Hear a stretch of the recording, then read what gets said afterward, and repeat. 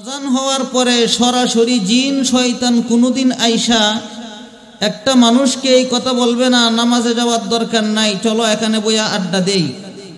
কিন্তু একদল মানুষ শয়তান টিকে আছে, তারা কি করবে? বলবে নামাজে যাওয়ার দরকার নাই, নামাজ পড়ে রাখাটা কি করছে? এটা জিন শয়তানে কয় না মানুষ শয়তানে কয়? রমজান শরীফের রোজা রাখার সময় জিন শয়তান আইসা এই কথা বলে না, মানুষরে ডরাইছি না, আল্লাহরে ডরাইলে কি হবে, রোজা ভাঙ। কিন্তু একদল মানুষ শয়তান এই কথা ঠিকই বলে কি না? এই কথাটাই আল্লাহ তাআলা বলেন, দুই ধরনের শয়তান থেকে তোমরা সতর্ক থাকবা, মিনাল জিন্নাতি ওয়ান নাস, মানুষ শয়তান, জিন শয়তান। যাই হোক, হযরত আদম সফিউল্লাহ দুনিয়াতে আসছেন, কালিমার দাওয়াত দিছেন। আদম নবীকে জান্নাত থেকে শুরু কইরা দুনিয়াতে আদম সন্তানের সকল আদম সন্তানের পিছনে লাগিয়া আছে একজন মুরব্বী, তার নাম কি? ইবলিস। ফানাফাখতু ফীহি মির রূহি ফাকাউ লাহু সাজিদিন। আল্লাহ তাআলা বলেন, আমার রূহ আদমের মধ্যে দিয়া দিলাম। ফেরেশতাদের মজলিসে আল্লাহ বলেন, তোমরা আদমকে সিজদা করো। আল্লাহ বলেন, সকলেই সিজদা করলো, কিন্তু ইবলিস সিজদা করলো না। এখানে একটা মাসলা বুঝেন, আমরা আসলে দোষ কার? আমরা দোষীকে দোষ দেই না, অন্যদেরকে দোষ দেই। অনেক বক্তারাও এই কথা বলে, আল্লাহ আদমকে জান্নাত থেকে বের করে দিলেন। আবার এই কথা বলে, আদম নবী ফল খায়া ভুল করছে, জান্নাত থেকে বের হয়ে গেছেন। আমরা দোষ দেই নির্দোষীকে। এটা কি আল্লাহর দোষ না আদমের দোষ না শয়তানের দোষ? ফল খেটা খাওয়াইছে, শয়তানে খাওয়াইছে, তাহলে আল্লাহর দোষ হইল কই? যারা কয় যে আল্লাহ আদমকে জান্নাত থেকে বের করে দিলেন, সুতরাং দোষটাকে কার উপরে পড়ে? আল্লাহর উপরে, আল্লাহর দোষ না। আদম ফল খায়া ভুল করছেন, জান্নাত থেকে বের হয়ে গেছেন। আল্লাহ তাআলা পবিত্র কোরআনে বলেন, ফাআখরাজা মিনহুমা ফাকানা মিনাল মুগরাকিন ফাআখরাজাহুমা। আদম হাওয়াকে জান্নাত থেকে বের করা হয়েছে। কে বের করছে? শয়তান বের করাইছে। কে বের করাইছে? আবার ইবলিসও সরাসরি দোষ দেয় আদমকে। ইবলিস যখন লানতের তক্তা পাইল, আল্লাহর কোরআন সাক্ষী দেয়, ইবলিস এই কথা বলে, ক্বালা ফাবিমা আগওয়াইতানি, আল্লাহ যার কারণে, ফাবিমা আগওয়াইতানি, যে আমাকে লানতের তক্তা দিল, যার কারণে আমি অভিশপ্ত হইলাম, তাকে আমার দেখার আছে। যার কারণে মানে ইবলিস দোষ দিছে কারে? আদমকে। আদম নবী কি কইছিস তুই সিজদা করার আগে চিন্তা ভাবনা করে করিস? আদম নবী এই কথা কইছিল, ফেরেশতারা সিজদা করলে তুই করিস না? কইছি না এই কথা? ইবলিসও দোষ দেয় আদম রে। আমরাও যদি কই আদম ফল খায় জান্নাতে বাইরে হইছে, তাহলে ইবলিসের কথা আর আমাদের কথা পার্থক্য কই? হ্যাঁ, কই মিললে জায়গা? দোষ ইবলিসের। দোষ কার? ইবলিসের। এখানে আদমেরও দোষ না, আল্লাহরও দোষ না। দোষটা কার? ইবলিসের, শয়তানের। এই শয়তান এখনো পর্যন্ত আছে কিনা?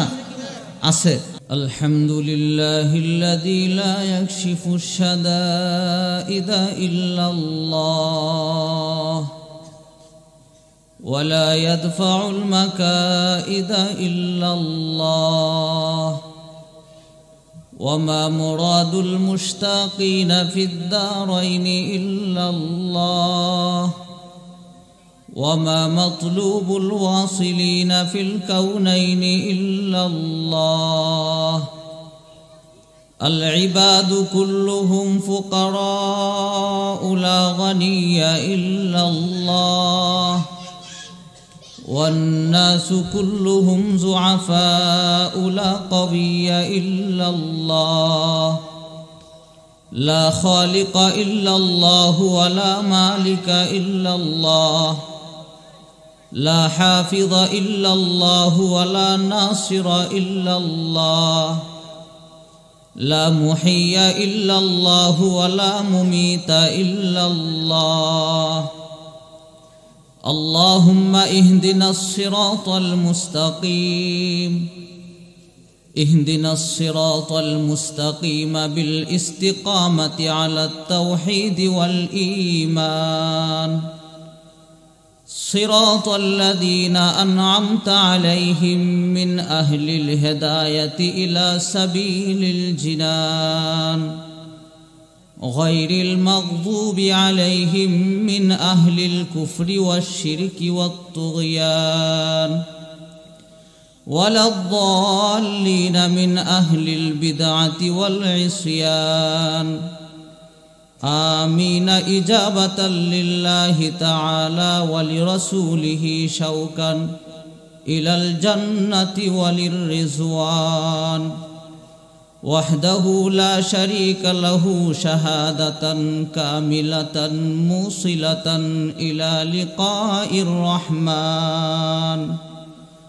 وأشهد أن لا إله إلا الله وحده لا شريك له أرسله الله تعالى بالحق بشيرا ونذيرا وداعيا إلى الله بإذنه وسراجا وقمرا منيرا أما بعد فأعوذ بالله من الشيطان الرجيم بسم الله الرحمن الرحيم وأنذر عشيرتك الأقربين واخفض جناحك لمن اتبعك من المؤمنين وقل إني أنا النذير المبين وقال النبي صاحب القرآن صلى الله تعالى عليه وسلم من بكى من خشية الله حرم الله عليه النار أو كما قال النبي عليه الصلاة والسلام আমরা সকলে দুরূদ শরীফ পড়ি اللهم صل على محمد وعلى آل محمد كما صليت على إبراهيم وعلى آل إبراهيم إنك حميد مجيد اللهم بارك على محمد وعلى آل محمد كما باركت على إبراهيم وعلى آل إبراهيم إنك حميد مجيد আপনাদের সম্মুখে পবিত্র কোরআনে কারীমের খুবই গুরুত্বপূর্ণ তিনটি আয়াতে কারিমা তিলাওয়াত করলাম ছোট্ট একটা হাদিস পড়লাম আয়াত এবং হাদিসকে সামনে রেখে তাফসীরি হাইসিয়াতে আলোচনা করব সকলে আমলের নিয়তে শুনবেন সিদ্ধান্ত নেবেন খুবই গুরুত্বপূর্ণ একটা আলোচনা যে আলোচনাটা একজন মুমিন মুসলমানের জন্য তাফসীরের কিতাবের পরিভাষায় বলা হয় সাতবক আসমান জমিনের চাইতে মহামূল্যবান দামি জিনিস উপহার আর কাফের বেঈমানের জন্য মুমিনের জন্য যেমন সাংঘাতিক উপহার রবের পক্ষ থেকে কাফের বেঈমানের জন্য রবের পক্ষ থেকে চরম লাঞ্ছিত একটা অবস্থা এই জন্য সকলে মনোযোগ সহকারে শুনব তাফসীরি হাইসিয়াতে আলোচনাটা বুঝতে হলে আপনাকে একটা এই আয়াতের শানে নুজুলটা বুঝতে হবে আল্লাহ তাআলা পৃথিবীতে যত নবী রাসূলগণ পাঠাইছেন সকল নবী রাসূলগণ মানুষকে যে দাওয়াত দিলেন তার সার মর্ম জাহান্নামী পথ থেকে যাচাই বাছাই করে জান্নাতি রাস্তা দেখায়া দেওয়া আল্লাহ তাআলা যত নবী রাসূলগণ পাঠাইছেন সকল নবী রাসূলগণ দুই শয়তানের শিকার হইছেন কয় শয়তানের দুই শয়তানের আল্লাহ তাআলা পবিত্র কোরআনে কারীমের শুরুতে বলেন দালিকাল কিতাব লা রাইবা ফিহ এটা পবিত্র একটা কিতাব যেই কিতাবের মধ্যে কোনো সন্দেহ নাই সন্দেহের অবকাশ নাই আবার পবিত্র কোরআনের সর্বশেষ যেই আয়াতটা দিয়ে আল্লাহ কোরআন শেষ করলেন খতম করলেন আল্লাহ বলেন মিনাল জিন্নাতি ওয়ান নাস তবে তোমরা সতর্ক থাকো দুই ধরনের শয়তান তোমাদেরকে ডিস্টার্ব করবে কোরআন জান্নাতে যাওয়ার সোজা পথ নবী রসুলগণ জান্নাতের পথ দেখাইছেন। আল্লাহ তাআলা পবিত্র কোরআনের শেষে কি বললেন? মিনাল জিন্নাতি ওয়ান নাস, দুই ধরনের শয়তান থেকে তোমরা সতর্ক থাকবা।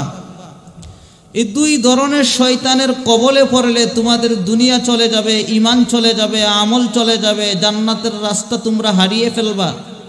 সুতরাং এই দুই ধরনের শয়তান থেকে সাবধানে থাকতে হবে।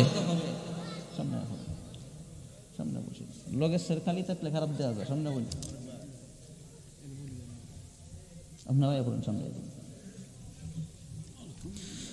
হযরত আদম সফিউল্লাহ কোনো মানুষ শয়তানের শিকার হন নাই, সরাসরি শয়তানের শিকার হয়েছেন। মুসা কালিমুল্লাহ, এখানে একটা কথা বুঝেন, যেই মানুষটা যত নরম তার সাথে শয়তানি করতে তত সোজা, যেই মানুষটা যত কঠিন তার সাথে শয়তানি করাটাও কঠিন। হযরত আদম আলাইহিস সালাতু ওয়াস সালাম সরল সোজা মানুষ, কোনো মানুষ শয়তান তার পিছে লাগছে না, সরাসরি জিন শয়তান লাগিয়ে গেছে তার পিছনে।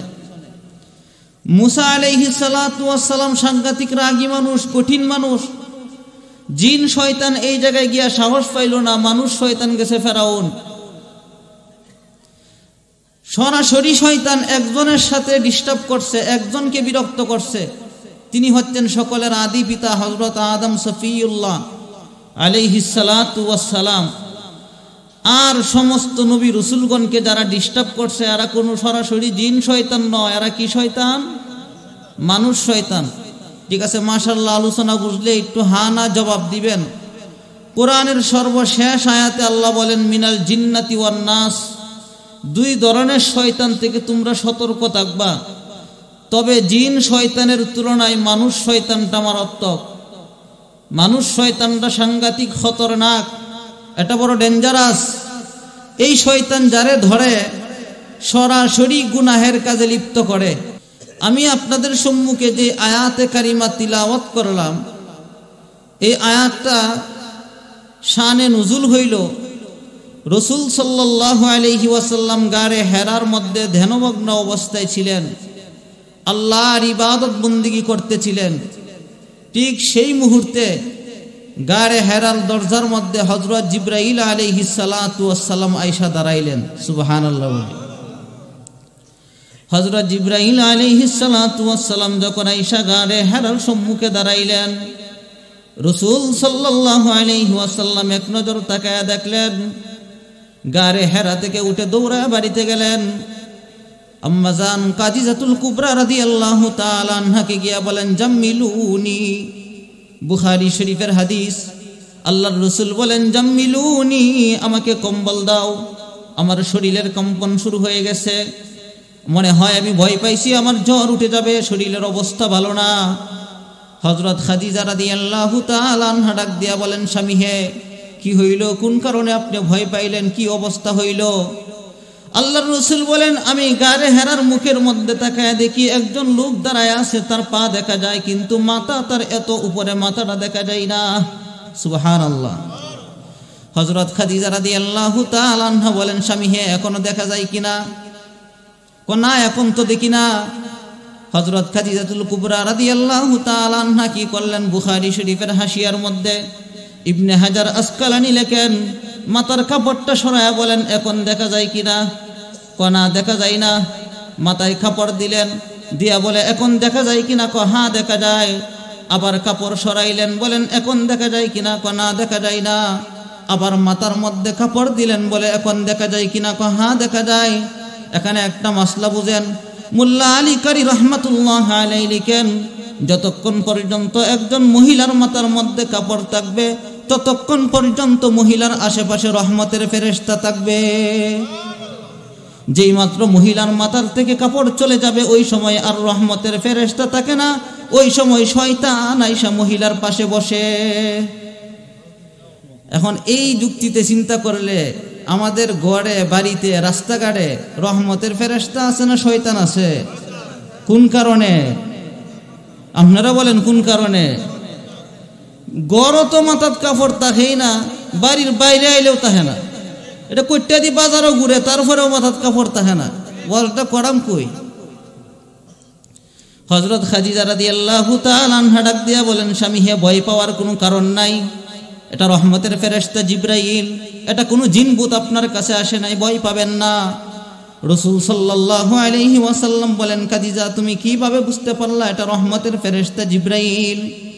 খাদিজা বলেন, আমার একজন চাচা আছে পাদ্রী, আমি তার কাছ থেকে ধর্মের অনেক নিয়ম কানুন শুনেছি, ধর্মের কথা শুনতাম। তিনি বলেছেন, যতক্ষণ পর্যন্ত একজন মহিলার মাথার মধ্যে কাপড় থাকবে ততক্ষণ রহমতের ফেরেশতা থাকবে, আর যখন মহিলার মাথার মধ্যে কাপড় থাকবে না তখন আর রহমতের ফেরেশতা থাকবে না। সুতরাং আমি 3 বার যখন মাথার কাপড় দিলাম আপনি বললেন আছে, সুতরাং এটা রহমতের ফেরেশতা জিবরাইল। আর যখন বললাম মাথার থেকে কাপড় সরায় আপনি বললেন নাই, আমার বুঝতে আর বাকি নাই, রহমতের ফেরেশতা জিবরাইল আপনার কাছে আসছে। ফেরেশতা জিবরাইল আসছে, আল্লাহর পক্ষ থেকে বাড়ি নিয়ে আসছে। আয়েশা বলতেছে, ওয়া আনদির আশিরাতাকাল আকরাবিন, আপনি উঠেন, যান আপনার নিকটতম আত্মীয় স্বজন যারা আছে তাদেরকে গিয়ে ভয় দেখান। আল্লাহ কি বললেন? ভয় দেখান। রাসূল সাল্লাল্লাহু আলাইহি ওয়াসাল্লাম বলেন, আল্লাহ ভয় দেখাবো কি দিয়া? দুনিয়ার যে কিছু জিনিস দিয়া ভয় দেখানো যায় সবগুলো কাফের বেঈমানের কাছে আছে। রাসূলের আপন চাচা আবুল আহাব ওই সময় প্রধানমন্ত্রী, ওই সময় কি প্রধানমন্ত্রী। আচ্ছা, একজন প্রধানমন্ত্রীর আপনি কি দিয়ে ভয় দেখাবেন? পুলিশের ভয় দেখালে খাটে? এবার নিজের কথাই তো পুলিশ উঠে বসে। একজন প্রধানমন্ত্রী, তাকে কি আর্মির ভয় দেখানো যায়? বাট নিজের এই বাহিনী আছে, ক্ষমতার ভয় দেখানো যায়, সম্পদের ভয় দেখানো যায়, সব কিছুই তো তার কাছে আছে। রাসূল সাল্লাল্লাহু আলাইহি ওয়াসাল্লাম বলেন, আল্লাহ আমি কি দিয়ে ভয় দেখাবো? এমন কিছু জিনিস তো আমার কাছে নাই যে ভয় দেখাবো। আল্লাহ তাআলা বলেন, 4টা জিনিসের ভয় দেখান। সর্বপ্রথম গিয়া কালিমার দাওয়াত দিবেন, যদি গ্রহণ করে জান্নাতের ফয়সালা হবে, আর যদি গ্রহণ না করে এমন 4টা জিনিসের ভয় দেখাবেন, 4টা জিনিস যার সামনে যে কোনো একটা আসে, দুনিয়ার বাহিনী ওয়াকিজু হয়ে যায়। পুলিশের ক্ষমতা চলে না, আর্মির ক্ষমতা চলে না, রাষ্ট্রপ্রধানের ক্ষমতা চলে না, ক্ষমতার বাহাদুরি চলে না, সম্পদের বাহাদুরি চলে না। 4টা জিনিস কি? আল্লাহ তাআলা বলে দিলেন, হাবিব আমার সর্বপ্রথম তাদেরকে মৌতের ভয় দেখাবেন। কিসের ভয়? আপনারা বলেন, আজরাইলের সামনে পুলিশের কি ক্ষমতা আছে?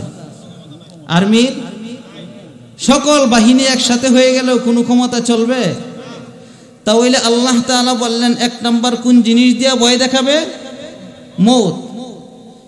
আল্লাহ তাআলা ডাক দিয়া বলেন, হাবিব আমার 2 নাম্বার যেই জিনিস দিয়া ভয় দেখাবেন আপনি কবরের ভয় দেখাবেন। কোন জায়গার ভয়? যত বড় রাষ্ট্রপ্রধানই হোক তার বাহিনী তার সাথে কবরে যাবে না একা একা থাকবে? একা একা।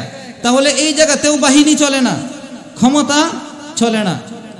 3 নাম্বার আল্লাহ তাআলা বলেন, হাবিব আমার আপনি তাদেরকে হাসরের মাঠের ভয় দেখাবেন।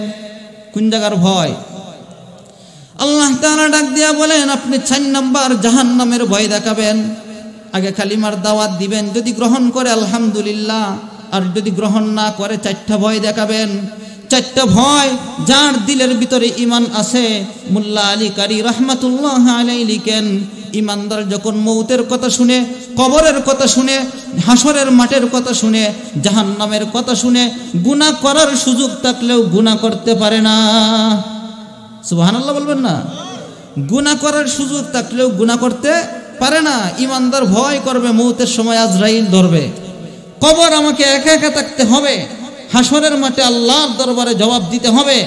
যদি গুনাহ করি, যদি জাহান্নামী হয়ে যায়, জাহান্নামের আগুনে জ্বলতে হবে, এটা আমি সহ্য করতে পারবো না। ঈমানদার গুনাহ করতে পারে না।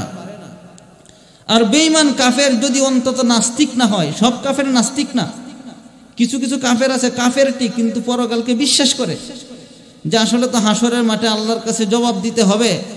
অন্তত কাফের বেঈমান যদি নাস্তিক না হয়ে থাকে, যদি পরকালকে বিশ্বাস করে থাকে, তাহলে তার পক্ষেও বড় বড় অপরাধ করলে একটু কলিজাটা কাঁপবে। আল্লাহ তো আমাকে হাসরের মাঠে ধরবেন, বিচার করবেন, আল্লাহর সামনে দাঁড়াতে হবে, জীবনের হিসাব দিতে হবে। রাসূল সাল্লাল্লাহু আলাইহি ওয়াসাল্লাম গেলেন দাওয়াত দেওয়ার জন্য। লম্বা ইতিহাস, মেহমানদারির ব্যবস্থা করলেন, কাফের বেঈমানদেরকে দাওয়াত দিলেন। রাসূল সাল্লাল্লাহু আলাইহি ওয়াসাল্লাম বলেন, ও আমার আত্মীয় স্বজন, আজ পর্যন্ত এতদিন কি তোমাদের সাথে কোনো মিথ্যা কথা বলছি? বেঈমান কাফের বলে না। আজ পর্যন্ত ধোঁকা দিছি? না। তোমাদের কারোর সাথে গাদ্দারি করছি? না। আমানতের খেয়ানত করছি? না। আমি এই পর্যন্ত যত কথা বললাম তোমরা বিশ্বাস করছো নি? হ্যাঁ করছি। আজকে যদি তোমাদেরকে বলি পাহাড়ের অপর প্রান্তে শত্রু আছে, তোমাদেরকে আক্রমণ করবে, বিশ্বাস করবানি?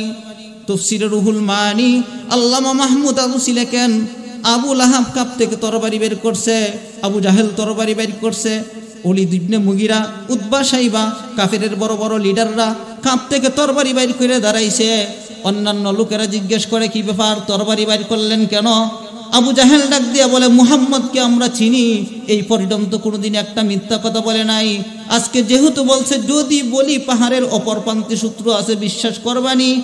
মুহাম্মদ যদি একবার শুধু মুখ দিয়া বলে পাহাড়ের অপর প্রান্তে শত্রু আছে, আমাদের কাছে আক্রমণ করবে, আক্রমণের মোকাবেলা করার জন্য আমরা তরবারি নিয়ে প্রস্তুত আছি। কি পরিমাণ বিশ্বাস করছে নবীকে। এবার রাসূল সাল্লাল্লাহু আলাইহি ওয়াসাল্লাম বললেন, ইয়া আইয়ুহান নাস কুলু লা ইলাহা ইল্লাল্লাহু তুফলিহুন। কহে আমার জাতি, তোমরা পড়ো লা ইলাহা ইল্লাল্লাহ তুফলিহুন, তোমরা সফল কাম হয়ে যাবে। মুফাসসিরিনে কেরাম লিখেন, দুনিয়াও তোমাদের জন্য হয়ে যাবে, আখিরাতেও তোমাদের জন্য হয়ে যাবে। যেই কাফের বেঈমান মাত্র 1 মিনিট আগে স্বীকার করলো তুমি সত্যবাদী, কোনোদিন মিথ্যা কথা বলো নাই, কোনোদিন ধোঁকা দেও নাই, কোনোদিন গাদ্দারি করো নাই, কোনোদিন আমানতের খেয়ানত করো নাই, এই কাফের বেঈমানের পক্ষকে রাসূল সাল্লাল্লাহু আলাইহি ওয়াসাল্লামের আপন চাচা আবু লাহাব এই কথা বলে ফেললো, তাব্বাল্লাকা আলিহাযা জামাতানা, ধ্বংস হও মুহাম্মদ, এই জন্যই কি তুমি আমাদেরকে একত্রিত করছিলে?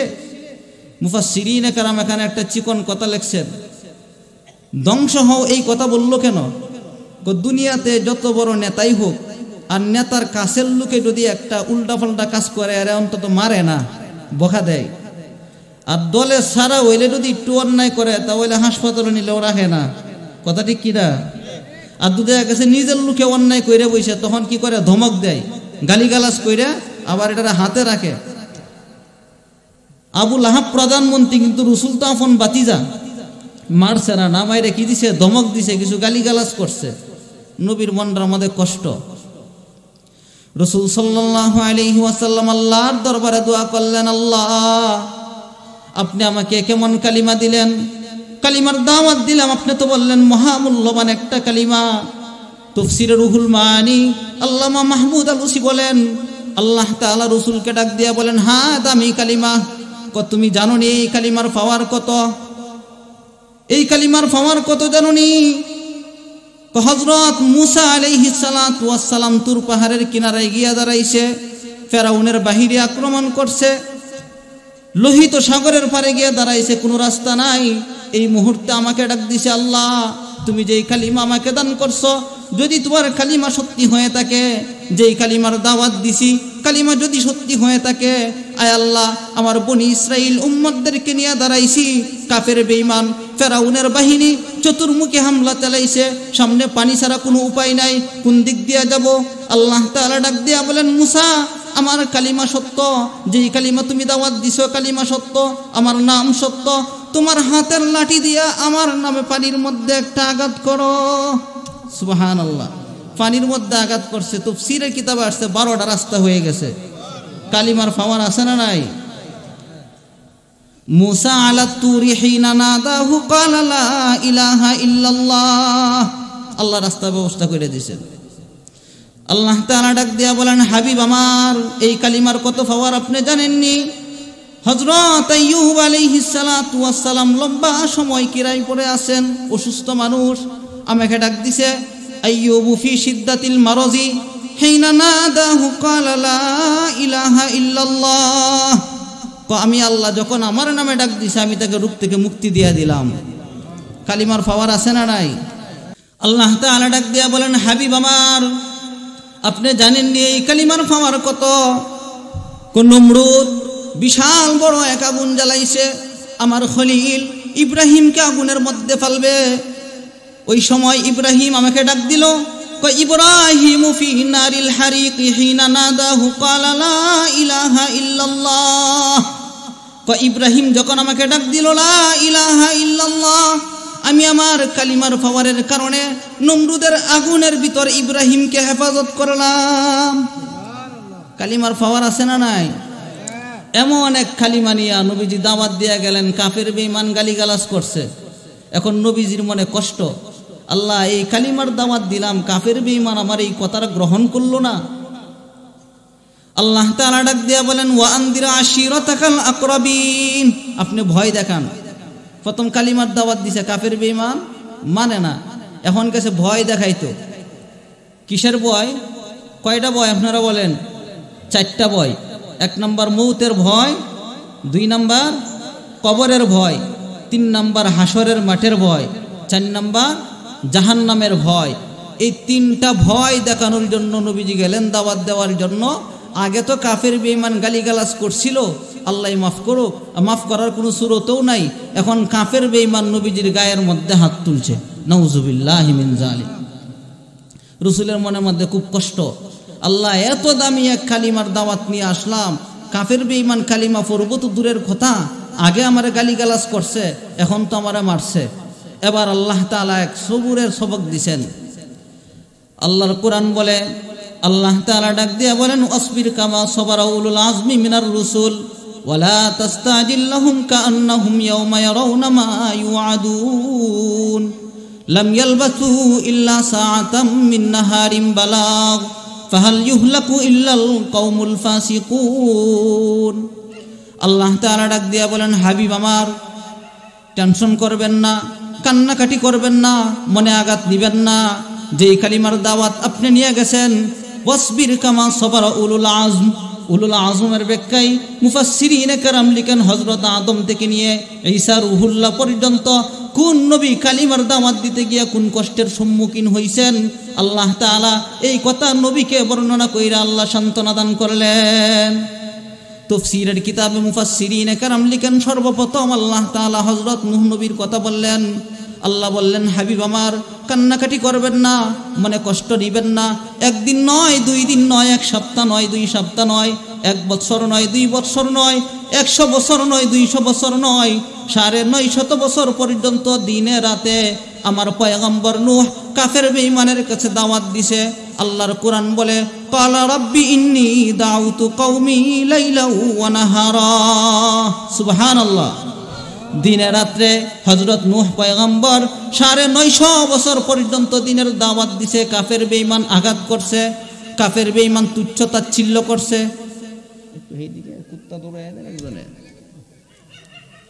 ক্বালা রাব্বি ইন্নী দাউতু কওমি লাইলাও ওয়া নাহারা ফালাম ইয়াজিদহুম দুআই ইল্লা ফিরারা। আল্লাহ তাআলা ডাক দিয়া বলেন, হযরত নূহ পয়গম্বর এত দিনের দাওয়াত দিছেন, এত কালিমার দাওয়াত দিছেন, 1 দিন নয়, 2 দিন নয়, 950 বছর পর্যন্ত বেঈমান কাফের কালিমা তো পড়েই নাই, বরং নূহ নবীকে মারধর করছে। ছোট বাচ্চারা পর্যন্ত পাথর মারতো, আপনাকে তো মাত্র একটু হালকা আঘাত করছে, আপনি সবুর করেন। এবার নবীজির সবুরটা কেমন হয় আল্লাহ তাআলা পরীক্ষা করার জন্য জিবরাইলকে পাঠাইছেন। জিবরাইল, আমি আমার হাবিবকে বললাম সবুর করার জন্য, জিবরাইল তুমি একজন ফেরেশতা নিয়ে যাও, গজবের ফেরেশতা, আমার হাবিবের কাছে গিয়ে অনুমতি চাও গজবের ফেরেশতার কারণে জাতি ধ্বংস হওয়ার। গিয়া দেখো হাবিব কি সবুর করছে নাকি এখনো মনে কষ্ট আছে। হযরত জিবরাইল আলাইহিস সালাতু ওয়াস সালাম আয়েশা ডাক দিয়া সালাম দিয়া বলে, ইয়া রাসূলুল্লাহ, ইয়া হাবিবাল্লাহ, এতদিন আমি একা একা আসতাম আপনার কাছে, আজকে একজন গজবের ফেরেশতা নিয়ে আসলাম। যেই ফেরেশতা ইচ্ছা করলে পাহাড়টাকে উল্টায়া কাফের বেঈমানের উপর ছেড়ে দিবে, কাফের বেঈমান ধ্বংস হয়ে যাবে। রাসূল সাল্লাল্লাহু আলাইহি ওয়াসাল্লাম 2টা হাত উপরের দিকে উঠায়া বলে, আল্লাহুম্মা গফির লিকওমি ফাইন্নাহুম লা ইয়ালামুন, আল্লাহুম্মা হদি কওমি ফাইন্নাহুম লা ইয়ালামুন। আয় আল্লাহ, আমার কওম তারা বুঝে নাই, আয় আল্লাহ আমার মনে কষ্ট নাই। নূহ নবী 950 বছর পর্যন্ত দাওয়াত দিছে, মনে কষ্ট নেই নাই। আয় আল্লাহ, মাত্র 1 দিনের আঘাতে আমি কেন কষ্ট নিব? আয় আল্লাহ, আমার মনেও কষ্ট নাই, আপনি এই জাতিকে মাফ করে দেন, হতে পারে তাদের সন্তানেরা কালিমা গ্রহণ করবে। নবীজি বদদুয়া করছেন না রহমতের দোয়া করছেন? রহমতের দোয়া করছে। কাফের বেঈমান লাগামহীনভাবে, সীমাহীনভাবে রসুল সাল্লাল্লাহু আলাইহি ওয়াসাল্লামের উপর নির্যাতন বাড়াইতে আছেন। তারপর আল্লাহ তাআলা কি বললেন? আপনি 4টা জিনিসের ভয় দেখান। কয়টা জিনিসের ভয়? 4টা জিনিসের ভয়। 1 নাম্বার মৌতের ভয়, 2 নাম্বার কবরের ভয়, 3 নাম্বার হাসরের মাঠের ভয়, 4 নাম্বার জাহান্নামের ভয়। আল্লাহ তাআলা 4টা ভয়ের কথা উল্লেখ কইরা আল্লাহ তাআলা নবীকে বললেন, আপনি আপনার আত্মীয় স্বজনের কাছে যান। ওয়া আনদির আশিরাতাকাল আকরাবিন, আপনি গিয়ে ভয় দেখাবেন, গিয়া বলবেন, চাচা আজকে আপনার ক্ষমতা আছে, এমন একদিন আসবে আজরাইল যখন আইসা আপনার সামনে দাঁড়ায় যাবে, আপনার ক্ষমতাও কিছু হয়ে যাবে। কথা ঠিক কিনা? আজকেও যারা দুনিয়ার ক্ষমতাধর আছে, বাহাদুর আছে, অনেক টাকা পয়সা আছে, মৌতের সময় এগুলো কোন কাজে লাগবে? এরা কয় না কিছু। কোন কাজে লাগবে মৌতের সময়? আপনার গোষ্ঠীর খুব লাঠির জোর আছে, মরার সময় কোন কাজে লাগবে? আজরাইল তো এমন একজন, সকলের মধ্য থেকে থাবা মেরে চলে নিয়ে যাবে, কারো ক্ষমতা নাই রক্ষা করা। আল্লাহ তাআলা এই কথাটাই বলেন, ওয়ান্নাসিয়াতি গারকা ওয়ান্নাশিতাতি নাশতা, এমন একজন ফেরেশতার হাতে জান কবজ করার দায়িত্ব দিলাম। মালাকুল মাউত আজরাইল পৃথিবীর কারো কোনো পরোয়া করবে না, হুকুম পাইতে দেরি হবে, জান কবজ করতে দেরি করবে না। ঠিক কি না? আল্লাহর হুকুম হইতে দেরি হবে, কিন্তু জান কবজ করতে দেরি করবে না। 1 নাম্বার নবী কিসের ভয় দেখাইছেন? মৌতের ভয়। 2 নাম্বার কিসের ভয় দেখাইছেন? কবরের ভয়। মৌতের ভয়টা কি, এটা একটু মাত্র আংশিক আলোচনা করে আমি সামনের দিকে যাব। তাফসীরে কাশফে আল্লামা জাহরুল্লাহ জমখশরী রাহমাতুল্লাহ আলাইহি লিখেছেন, মৌতের ভয়টা কি? আজরাইলের চেহারাটা দেখা মাত্রই বেঈমান পাপিষ্ঠর অবস্থা এমন হয়ে যায়, তার কলিজা শুকায় যায়, জিহ্বা শুকায় যায়। ওই সময় যদি সারা পৃথিবীর পানি একত্রিত কইরেও মৌতের সময় একটা বেঈমান পাপিষ্ঠ নাফরমানের মুখের মধ্যে ঢেলে দেওয়া হয়, যদিও এই পানিটা পান করে তারপরেও তার তৃষ্ণা নিবারণ হবে না। কেমন ভয়, কেমন ভয়! ওয়ানাসুকুল মুজরিমিনা ইলা জাহান্নামা বিরদা, আল্লাহ তাআলা বলেন 4টা ভয় দেখান। 1 নাম্বার কিসের ভয়? মৌতের ভয়। আইনামা তাকুনু ইউদরিকুমুল মাউতু ওয়ালাউ কুনতুম ফি বুরুজিম মুশাইয়াদা, আল্লাহ তাআলা বলেন তুমি যত বড় দালান কোঠাতেই থাকো না কেন, সীসা গলায় যদি ডালাই দাও, এই ঘরের ভিতরেও যদি তুমি থাকো না কেন, আজরাইল সেখান থেকেই তোমাকে ধইরা নিয়ে আসবে। পৃথিবীর কারো বাবার ক্ষমতা নাই রক্ষা করা, কারো ক্ষমতা নাই রক্ষা করার, আজরাইল সেখান থেকেই ধইরা নিয়ে আসবে। রাসূল সাল্লাল্লাহু আলাইহি ওয়াসাল্লাম 2 নাম্বার ভয় দেখাইলেন, কবরের ভয়। ডাক দিয়া বলেন, হে আমার জাতি, হে আমার জনগোষ্ঠী, আজকে তোমরা কালিমা গ্রহণ করো না, ইসলামের দাওয়াত দেওয়ার কারণে আমাকে গালাগালি করলা, মারধর করলা, আমাকে অপমান করলা, অপদস্থ করলা, কিন্তু শুনিয়া রাখো, এমন একদিন আসবে দুনিয়ার উপরে তোমার জায়গা হবে না, অন্ধকার কবরে থাকতে হবে। ওই সময় তোমার ক্ষমতা অচল হয়ে যাবে, পুলিশ বাহিনী অচল হয়ে যাবে, আর্মি বাহিনী অচল হয়ে যাবে, তোমার সকল কিছু অচল হয়ে যাবে। ওই সময় যদি বাঁচতে চাও তাহলে পড়ো লা ইলাহা ইল্লাল্লাহ মুহাম্মাদুর রাসূলুল্লাহ সাল্লাল্লাহু আলাইহি ওয়াসাল্লাম। তারপরেও বেঈমান কাফেরে বিশ্বাস করে না, আরো তুচ্ছ তাচ্ছিল্য করে। আবু জাহেলের জিগা, বাতিজা কোন সময় আইব? মৌতের ভয়, কিয়ামতের ভয়, তারপরে কবরের ভয়, জাহান্নামের ভয়, কখন আসবে, এই নিয়ে নবীকে তুচ্ছ তাচ্ছিল্য করে আরো অপমান করলো। রাসূল সাল্লাল্লাহু আলাইহি ওয়াসাল্লাম এখন মনের মধ্যে কষ্ট আরো বাড়ছে। মাত্র কয়েকজন, 2-1 জন আস্তে আস্তে ইসলামের দিকে আসতেছে, কিন্তু কাফের বেঈমানের বাড়াবাড়ি আরো বাড়তেছে। 3 নাম্বার ভয় দেখাইলেন কোন জায়গা? হাসরের মাঠের ভয়। 3 নাম্বার ভয়টা কি? কবরের ভয়, মৌতের ভয়, হাসরের মাঠের ভয়, জাহান্নামের ভয়। হাসরের মাঠের ভয়টা যে এটা সাংঘাতিক কঠিন।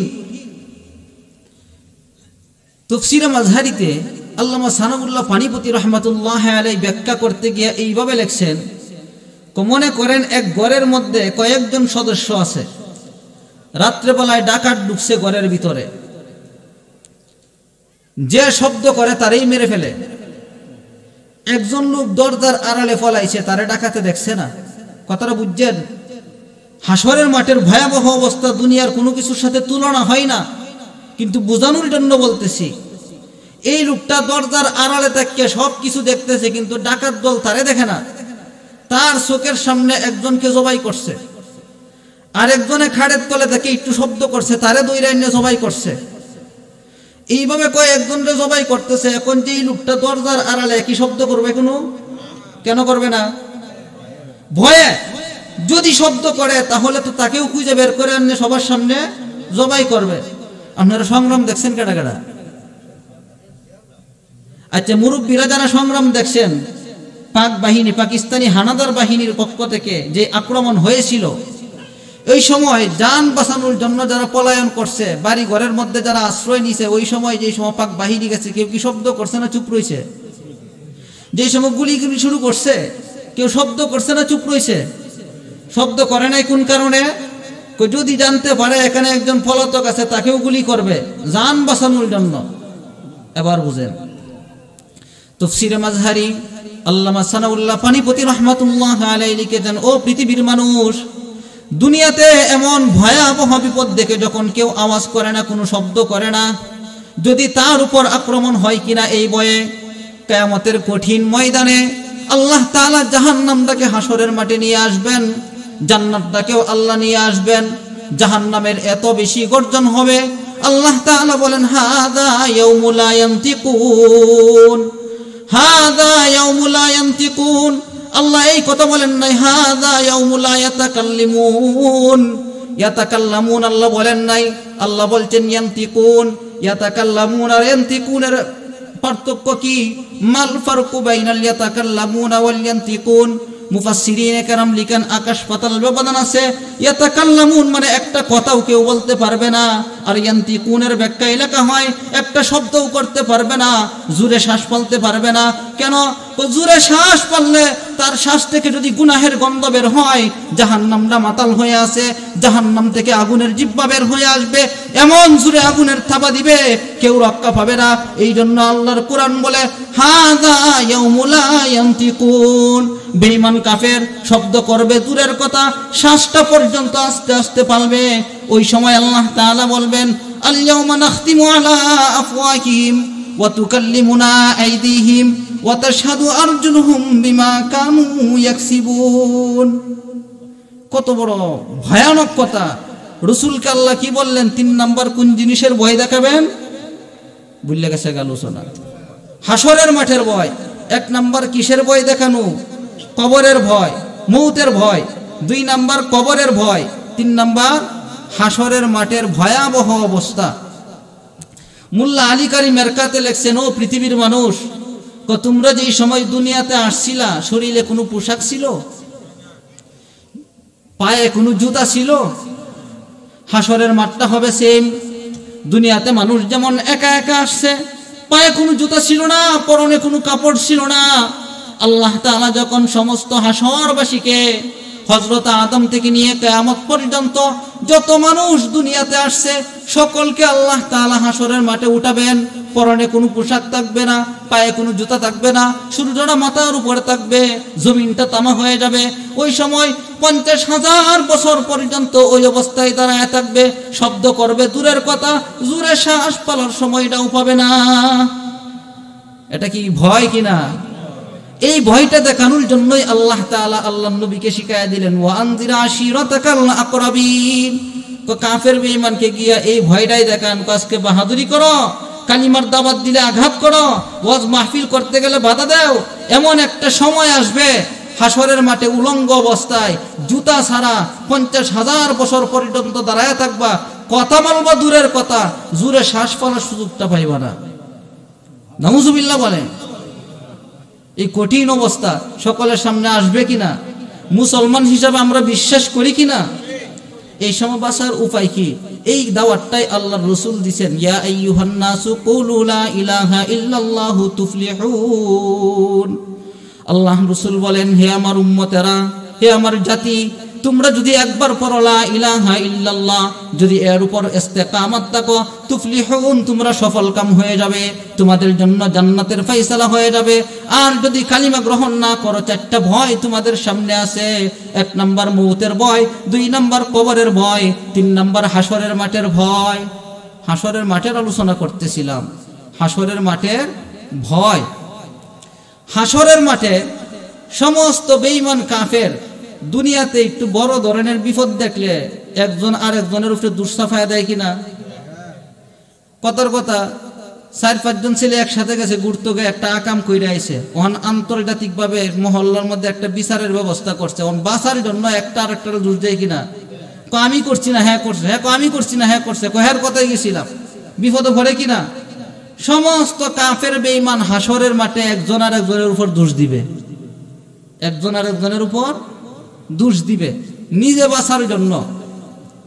তাফসীরের কিতাব তুললে পাওয়া যায় হযরত নূহ নবীর ঘটনা উল্লেখ করা হয়। হযরত নূহ আলাইহিস সালাতু ওয়াস সালাম কতদিন দাওয়াত দিছিলেন? 950 বছর পর্যন্ত দাওয়াত দিছে। কাফের বেঈমান তো কালিমা গ্রহণ করেই নাই, নবীরে অপদস্থ করছে, মারামারি করছে, নবীরে মারধর করছে। এই কাফের উম্মতেরা হাসরের মাঠে ডাইরেক্ট অস্বীকার যাবে, কব নূহকে আমরা চিনি না, কালিমার দাওয়াত দিছে না।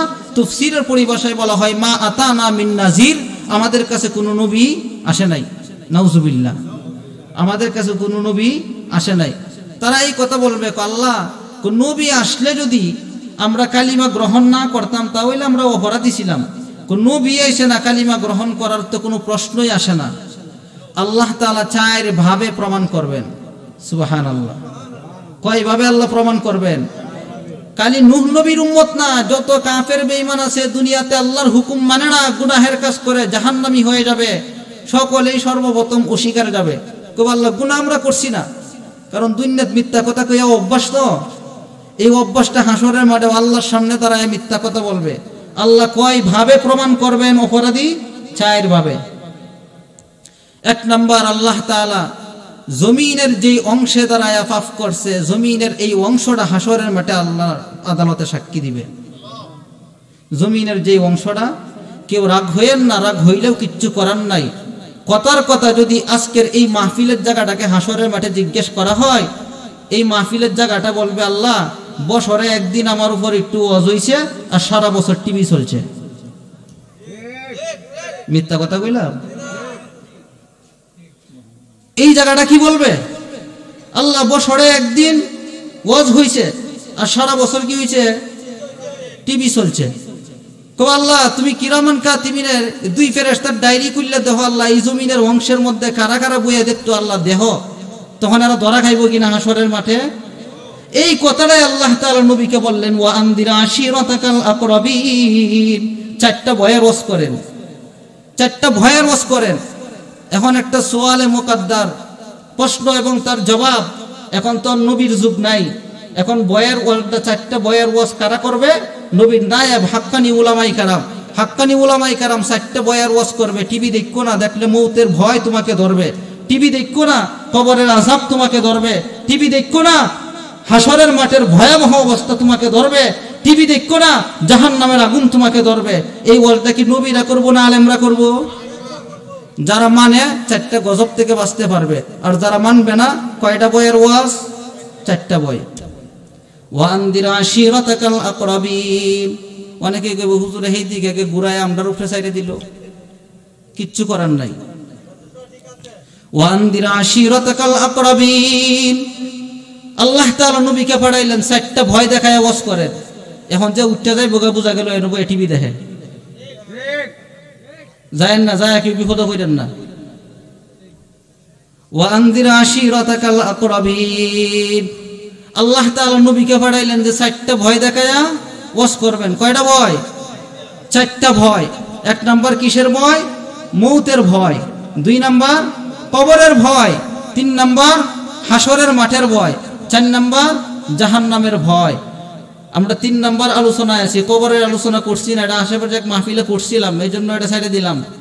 হাসরের মাঠের ভয়াবহ অবস্থা, সমস্ত কাফের বেঈমান একসাথে দাঁড়াবে, কারো গায়ে পোশাক থাকবে না, পায়ে জুতা থাকবে না, এমন এক ভয়াবহ পরিস্থিতি ওই সময় হবে সমস্ত হাসর বাটি আস্তে আস্তে জায়গা ছোট হয়ে আসতে থাকবে। আল্লাহর রাসূল হাদিস শরীফে বলেন কতটুকু জায়গা পাবে দাঁড়ানোর, একজন মানুষ দাঁড়াইলে 2 পায়ের নিচে যতটুকু জায়গা এতটুকু জায়গায় পাবে, এর চেয়ে বেশি জায়গা পাবে না। 50,000 বছর দাঁড়ায় থাকতে হবে। কতদিন? 50,000 বছর দাঁড়ায় থাকতে হবে। 50,000 বছর অতিক্রম হওয়ার পর যখন দেখবে চতুর্দিক দিয়ে আগুনের বাউন্ডারি হয়ে গেছে, আল্লাহর কোরআন বলে লা তারা ফিহা ইওয়াজা ওয়ালা আমতা, ওই সময় কোনো উঁচু নিচু জায়গা থাকবে না, সমস্ত মাটিটা তামা হয়ে যাবে। ওই সময় কোনো উঁচু নিচু জায়গা থাকবে না, পৃথিবীর সমস্ত পানিকে আল্লাহ তাআলা আগুন বানায় একটা বাউন্ডারি করে দিবেন, একটা কাফের বেঈমান যেন পালাইতে না পারে। লা তারা ফিহা ইওয়াজা ওয়ালা আমতা। আলেম মানুষ উঠেন, লা তারা ফিহা ইওয়াজা ওয়ালা আমতা। হাসরের মাঠে যখন আগুনের বাউন্ডারি হয়ে যাবে, সমস্ত মানুষ একসাথে হইয়া ওই সময় কার কাছে যাবে অবস্থাটা বুঝেন। তাফসীরের কিতাবে আছে সর্বপ্রথম হযরত আদম সফিউল্লাহর কাছে যাবেন। কার কাছে যাবেন? হযরত আদম আলাইহিস সালাতু ওয়াস সালামের কাছে গিয়ে বললেন, আপনি আমাদের আদি পিতা, আপনি সকলের মুরব্বী। দুনিয়াতে দেখলাম সন্তান যখন কোনো সময় বিপদে পড়তো, 4-5 ভাই মিল্লা বাবার সাথে পরামর্শ করতো বিপদ থেকে উদ্ধার হওয়ার ব্যবস্থা কি। আজকে আমরা সমস্ত হাসরবাসী বিপদে, আল্লাহ তাআলা রাগান্বিত, আল্লাহ কাহার রূপ ধারণ করছেন। লিমানিল মুলকুল ইয়াউম লিল্লাহিল ওয়াহিদিল কাহ্হার। আল্লাহ তাআলা রাগান্বিত হয়ে গেছেন, বাঁচার জন্য কোনো রাস্তা নাই। আজকে আমাদের আদি পিতা সকলে আপনার কাছে আসলাম, একটা রাস্তা দেখায় দেন, আমরা কিভাবে বাঁচতে পারবো, জাহান্নাম থেকে বাঁচতে পারবো।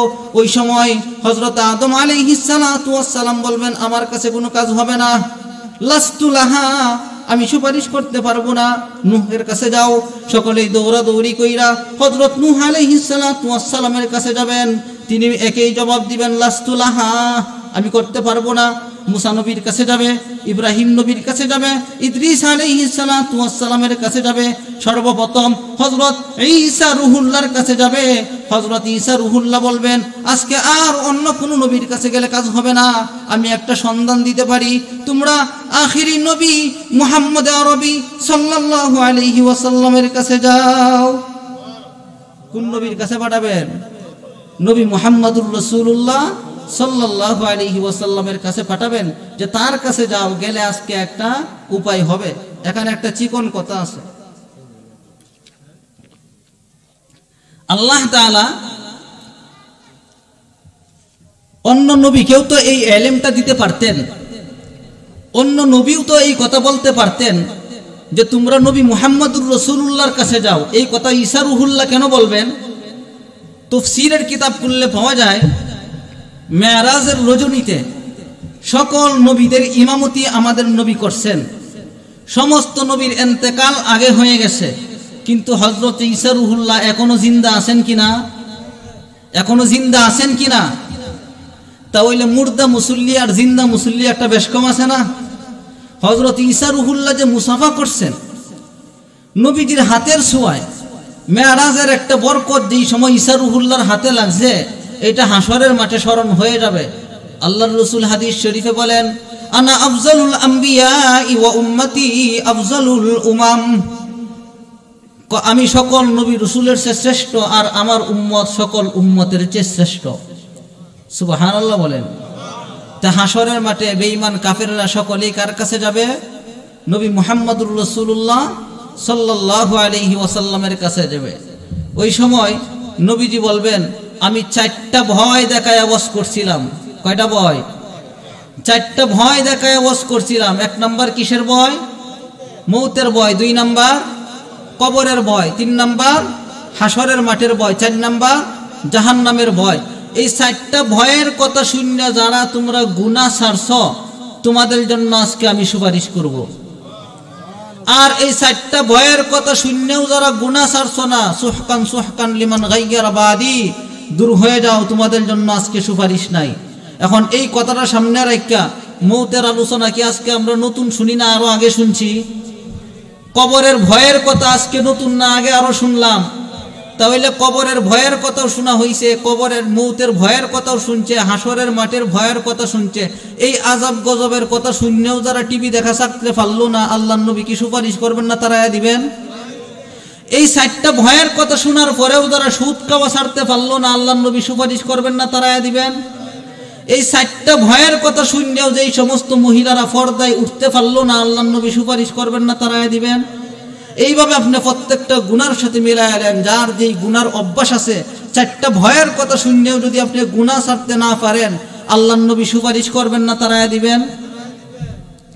ওয়ানদির আশিরাতাকাল আকরাবিন ওয়াখফিদ জানাহাকা লিমান ইত্তাবাআকা মিনাল মুমিনিন। ওয়ানদির আশিরাতাকাল আকরাবিন ওয়াখফিদ জানাহাকা লিমান ইত্তাবাআকা মিনাল মুমিনিন। আল্লাহ তাআলা নবী সাল্লাল্লাহু আলাইহি ওয়াসাল্লামকে বলেন, হাবিব আমার, 4টা ভয় দেখায় আওয়াজ করেন। যার ভিতরে ঈমান আছে, 4টা ভয় যার অন্তরে ধরবে, এই ব্যক্তি কালিমা পড়বে, কালিমার হাকিকতের উপর অটল থাকবে, ঈমান আমল নবায়ন করবে, আল্লাহর হুকুম মানবে, রাসূলের তরিকা মানবে। আর 4টা ভয় যার দিলে থাকবে না, ওই ব্যক্তি লাগামহীন ভাবে দুনিয়াতে চলাফেরা করবে, এক কান্দে শুনবে আর এক কান্দে ছাড়বে। আল্লাহর কোরআন বলে, ক্বালু সাওয়াউন আলাইনা আওয়াজতা আম লাম তাকুম মিনাল ওয়াইজিন। তারা বলবে, হুজুর যত ওয়াজই করেন আমরা ইন্দে শূন্য ইন্দে ছাইরা দেন, এক কান্দে শূন্য আর এক কান্দে ছাইরা দেন। টিভি দেখার ওয়াজ আপনি যতই করুন, আমরা চোখ যতদিন নষ্ট না হয়েছে, মরণ যতদিন না আইছে, ততদিন আমরা দেখাম। ওই দুখানে না পারলে বাড়ির ভিতরে দরজা লাগাই দেখাম, তারপরে সত্তাম না। ফার্সিতে একটা কথা আছে, জিবাল গিরাত জিবিল্লাত না গিরাত, পাহাড় লড়ে চরিত্র লড়ে না। আশরাফ আলী থানভী রহমাতুল্লাহ আলাইহি একটা ওয়াকিয়া লেখছেন। এক লোক মরার সময় হুজুরের নিচে, হুজুর একটু তওবাটা পড়াইয়া দিন। এরা সারা জীবন এর মসজিদের ইমাম সাহেব দাওয়াত দিছে, মিয়া নামাজ আয়ো, এক কুলির কাজ করতো, নামাজ পড়ে না, বস্তাটা মাথাত লইয়া একবার আইতে দুইয়া না যাইতে চাইরা না, আইতে দুইয়া না যাইতে চাইরা না। এইটা করতে করতে, কুলির কাম করতে করতে বুড়া হয়েছে। পশ্চিম বাবাটা নামাজ পড়বো দূরের কথা, উষ্টাকায়ও করছে না। এখন এরা গেছে মৌতের সময়, হুজুর রেডিছে মানুষের, হুজুরকে কালিমাটা পড়াইয়া দিন। হুজুর গিয়া কয়, কও লা ইলাহা ইল্লাল্লাহ মুহাম্মাদুর রাসূলুল্লাহ। হ্যাঁ, আইতে দুইয়া না যাইতে চাইরা না, লা ইলাহা ইল্লাল্লাহ বাইর হইছে মুখে দে। এই কথাই আল্লাহর কোরআন বলে, ওয়ালাইসাতিত তাওবাতু লিল্লাযিনা ইয়ামালুনাস সাইয়্যাত হাত্তা ইযা হাদারা আহাদাহুমুল মাউত ক্বালা ইন্নী তুবতুল আনা ওয়ালাল্লাযিনা ইয়ামুতুনা ওয়া হুম কুফফার উলাইকা আতাদনা লাহুম আযাবান আলীমা। যারা আল্লাহর ইবাদত নিয়ে তাল বাহানা করে, নামাজ এখন না বুড়া হয়ে লই, পরে পড়ামনে, বেটিকে ফর্দা করামনে, এখন না বুড়া হয়ে লই, পরে ফর্দা করামনে। এইভাবে যারা কি করে, আল্লাহর ইবাদত লইয়া তাল বাহানা করে, কালি কয় ইবাদতের কথা, এখন না আরো পরে পরে পরে পরে করতে করতে যারা পিছায় নেয়, আল্লাহর কোরআন বলে ওয়ালাইসাতিত তাওবা, এর কপালে তওবা নাই। নাউজুবিল্লাহ, এর কপালে কি নাই? তওবা নাই। ওয়ালাইসাতিত তাওবাতু লিল্লাযিনা ইয়ামালুনাস সাইয়্যাত, কার কপালে তওবা নাই? আল্লাহর কোরআন বলে লিল্লাযিনা ইয়ামালুনাস সাইয়্যাত, যারা গুনাহ করে আর তওবার কথা স্মরণ হইলে মনে করে এখন না আরো পরে, এখন না আরো পরে। টিভি দেখার ওয়াজ করলে কয় এখন না আরো পরে, এখন না আরো পরে। এইভাবে করতে করতে যারা আল্লাহর ইবাদতের সাথে যারা তাল বাহানা করে, আল্লাহর কোরআন কি বলে? ওয়ালাইসাতিত তাওবাতু লিল্লাযিনা ইয়ামালুনাস সাইয়্যাত হাত্তা ইযা হাদারা আহাদাহুমুল মাউত। এমন একদিন আসবে, মরণ তার সামনে চলে আসবে, মরণ তার সামনে চলে আসবে। কোন অবস্থায় আসবে?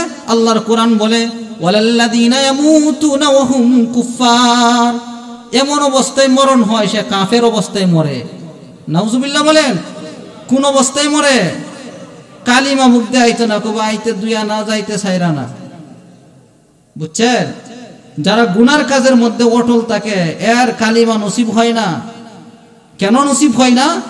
হাদিস শরীফ আল্লাহর রাসূল বলেন, তার মরার সময় তার এক একটা গুনাহ এক একটা আকৃতি লই আয়া কয়, কয় এতদিন সারাটা জীবন বর আমারে করছস, শেষ মুহূর্তে তোরা সারি কেমনে? কালিমা যে বলে কইতো লই গলার টিপ দে ধরে। যেইবারে টিভি দেখতে দেখতে বুড়া হইছে, মরার সময় আর টিভির গুনাহ গলার টিপ দে ধরে কব, কওয়ার দরকার নাই, ক আইতেও নাটক যাইতেও নাটক, আইতেও টিভি যাইতেও টিভি, ক তাকলেও টিভি মরলেও টিভি, টিভিটা লই আই মর, কালিমা করার দরকার নাই। এইভাবে এক একটা গুনাহ তার মরার সময় এক একটা আকৃতি নিয়ে গলার টিপ দে ধরে।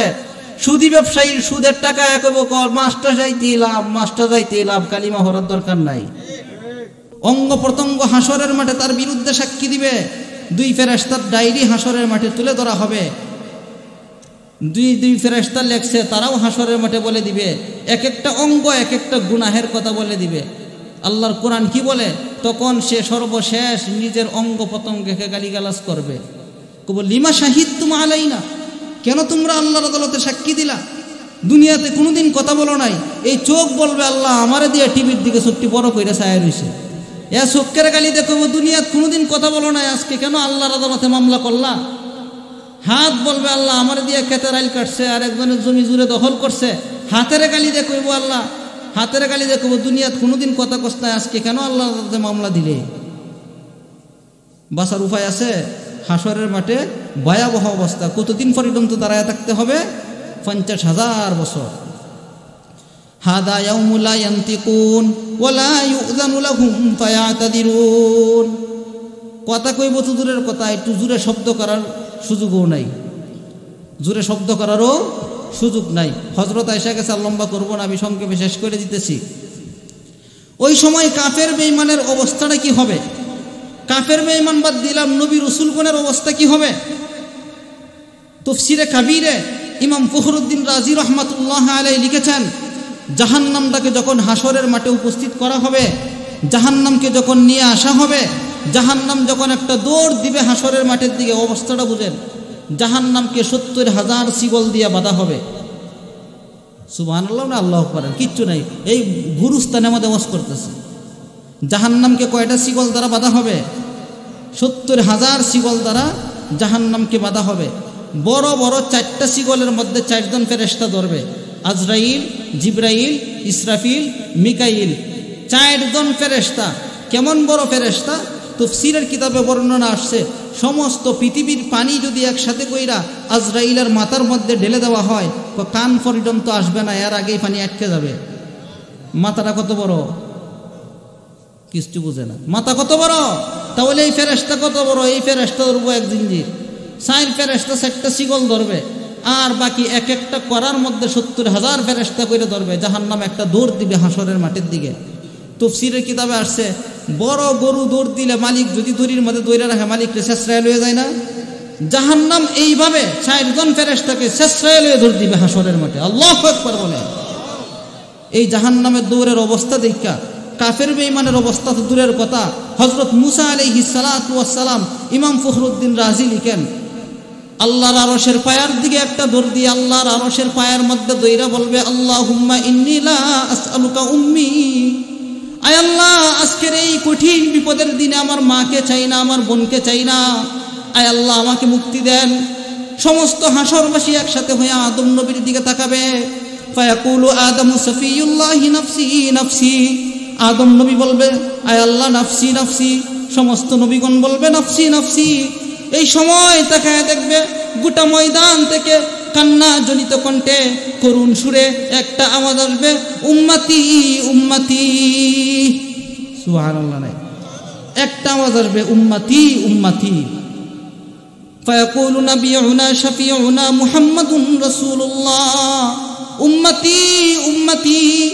নবীজির এই ডাকটা শোনার পর আল্লাহ তাআলা কি কথা বলবেন? ফায়াকুলুল জাব্বারু জাল্লা জালালুহু আম্মা লাওয়ানুহু সুবহানাহু ওয়া তাআলা, ইবাদি ইবাদি লা খাউফুন আলাইকুমুল ইয়াউম ওয়া লা আনতুম তাহজানুন। সুবহানাল্লাহ। আল্লাহ বলবেন, ইবাদি লা খাউফুন আলাইকুমুল ইয়াউম, আজকের দিনে আমার বান্দাবান্দি তোমাদের কোনো ভয় নাই। ইবাদি আর ব্যাখ্যা করতে গিয়ে মুফাসসিরিনে কেরাম লিখেন, নবীজি যে 4টা ভয় দেখায় ওয়াজ করছেন, নবীজির ডাকে যারা সারা দিয়া গুনাহ ছাইরা দিছে, নেক আমল ধরছে, তাদের ব্যাপারে আল্লাহ বলেন, লা খাউফুন আলাইকুমুল ইয়াউম, আজকে দিনে তোমাদের কোনো ভয় নাই। আর যারা নবীর যুগে কাফের বেঈমান বিরোধিতা করছে, নবীরে গালিগালাজ করছে, তুচ্ছ তাচ্ছিল্য করছে, আজও পর্যন্ত যারা হাক্কানি উলামায়ে কেরামের কথা শুনে মানে না, মসজিদের ভিতরে ওয়াজ শুনে বাইরে ইমাম সাহেবের গালিগালাজ করে। আপনাদের এলাকাত নাও থাকতে পারে, অন্য এলাকাত আছে। মসজিদের ভিতরে আলোচনা শুনে আয়া মুরের মধ্যে একখানে হুজুরের এই ওয়াজটা কাটছে, তাহলে কাফের বেঈমান নবীরে গালিগালাজ করছে কালিমাত দাওয়াত দেওয়ার কারণে, হেরার এটা অপরাধ। আর যেই মসজিদের মুসল্লিরা বাইরে গিয়ে ইমাম সাহেবরে গালিগালাজ করে হক কথা বলার কারণে এটা অপরাধ না? এই কথাই আল্লাহ বলেন, ইবাদি লা খাউফুন আলাইকুমুল ইয়াউম, আমার হাবিব যেই চারটা ভয় দেখায় ওয়াজ করছেন, যারা সাড়া দিছ, যারা মানছ, লা খাউফুন আলাইকুমুল ইয়াউম, আজকে দিনে তোমাদের কোনো ভয় নাই। সুবহানাল্লাহ বলবেন না? লা খাউফুন আলাইকুমুল ইয়াউম, আজকে তোমাদের কোনো ভয় নাই। ওয়ালা তাহজানুন, চিন্তাও নাই। মুল্লা আলী কারি রহমাতুল্লাহ আলাইহি লিখেছেন, মসনবী শরীফে জালালউদ্দিন রুমি লেখেন, আশেকারা রুজে মাহশার বা কিয়ামত কারে নিস, আশেকারা চুস্তামাশা ইয়া জামালে ইয়ারে নিস। আল্লাহর আশেক যারা হয়ে যাবে, নবীর চারটা ভয় দেখানোর পর যারা সংশোধন হয়ে গেছে, তারা আল্লাহর আরশের ছায়ার নিচে বৈশা জান্নাতি দস্তরখানায় মেহমানদারি করবে। আর কাফের বেঈমানের অবস্থা কি হবে? কোনো জায়গায় গিয়ে জায়গা পাবে না, জাহান্নাম ধরে ধরে আল্লাহ বলবেন, খুযুহু ফাগুল্লু, হাসরের মাঠ থেকে ধরো। কারারে? যারা নবীর যুগ থেকে বিরোধিতা করছে, কিয়ামত পর্যন্ত যারা আমার হুকুমের বিরোধিতা করছে তাদেরকে ধরো। সুম্মাল জাহিমা সল্লু, জাহান্নামের শিকল লাগাও, জাহান্নামের দিকে টেনে টেনে নিয়ে যাও। 4 নম্বর ভয় কি? জাহান্নামের ভয়। তাহলে ইবাদত বন্দিগি করলে আরাম আয়েশের জায়গা জান্নাত, আর ইবাদত বন্দিগি না করলে গজবের জায়গা কয়টা? 4টা। গজবের জায়গা কয়টা? 4টা। 1 নম্বর মৌতের গজব, 2 নম্বর কবরের গজব, 3 নম্বর হাসরের মাঠের গজব, 4 নম্বর জাহান্নামের গজব। এখন বলেন, কার সাধ্য আছে 4টার থেকে যে কোনো একটা গজব সহ্য করার? আছে? যদি না থাকে আল্লাহর ওয়াস্তে হাতে পায়ে ধইরা বলি, যার যেই গুনার অভ্যাস আছে আল্লাহর ওয়াস্তে ছাইরা দেন, তওবা করেন, নেক আমল নিয়মিত করেন। আল্লাহ তাআলা আমাদের সকলকে জান্নাতি হিসাবে কবুল করুক। আমিন।